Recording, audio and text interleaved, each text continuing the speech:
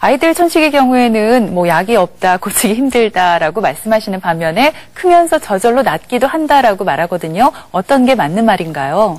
예, 일단 둘 다 맞는 이야기입니다. 그런데 이제 소아천식의 경우 일반적으로 이제 15세 이하의 아이들이 천식이 오는 경우를 소아천식으로 분류를 하게 됩니다. 주로 이제 천명과 호흡 곤란이 동반되는데 소아기의 천식은 대개 보면 5 내지 10% 정도가 나타나고 남아가 대개 이제 2배 정도, 여아에 비해 2배 정도 많습니다.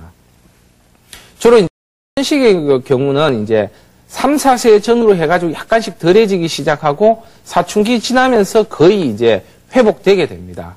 그런데 이 시기에도 입원을 자주 했다든가 성인 천식으로 이제 입원을 자주 한 경우라면은 성인 천식으로 이어지는 경우도 많이 있습니다.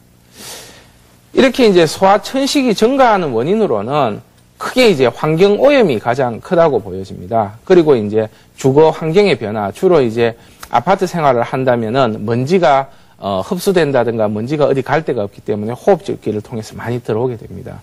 그리고 이제 소아들의 체력이 굉장히 많이 떨어진 것도 하나의 원인이 됩니다. 그리고 공동생활의 증가, 이제 애들이 조금만 크게 되면은 어린이집부터 시작해 유치원, 학교를 다니게 되는 이런 공동생활이 증가하면서 소아천식이 증가하는 추세에 있습니다.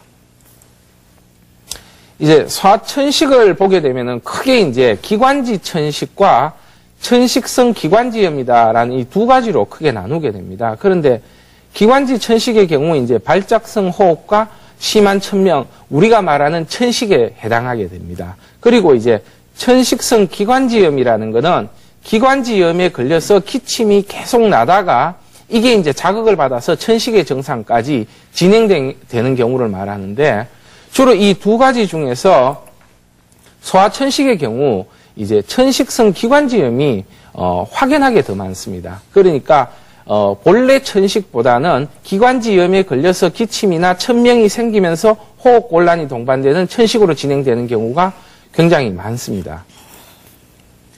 이렇게 이제 천식을 방치하게 되면은 이제 좀 문제가 생길 수 있는데요.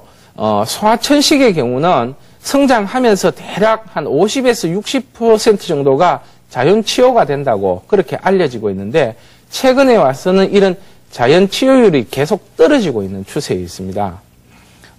가볍게 뭐 발작이 일어난다든가 이런 경우 그때그때 치료하면은 괜찮지만 그게 아니라 이제 천식의 증상이 점점 심해지고 천식의 증상을 조절할 수 없는 그런 난치성 천식이 되는 경우라면은 이런 경우는 이제 성인이 됐어도 천식이 낫지 않고 계속 애를 먹게 됩니다. 대략 이제 천식 환자의 10에서 15% 정도가 이렇게 된다고 알려지고 있습니다. 천식을 이제 오래 방치하게 되면은 기관지 점막에 상처가 생기고 이 상처가 흉터가 되면서 기관지 변형이 일어나게 됩니다. 이렇게 기관지 변형이 일어나게 되면은 이 조직이 회복이 되지 않고 계속 천식을 일으키는 하나의 원인으로 작용하게 됩니다. 그래서 이제 천식의 증상이 나타나지 않더라도 실제 안을 들여다보면은 기관지 점막의 염증 반응들은 계속 진행될 수 있기 때문에 이런 상태가 계속 진행되어 버리고 나면은 시간이 지나도 기관지 자체가 다시 회복될 수 없는 상황이 될 수 있기 때문에 증상이 없어지더라도 항상 검사를 해서 깨끗한지를 확인해야 될 필요가 있습니다.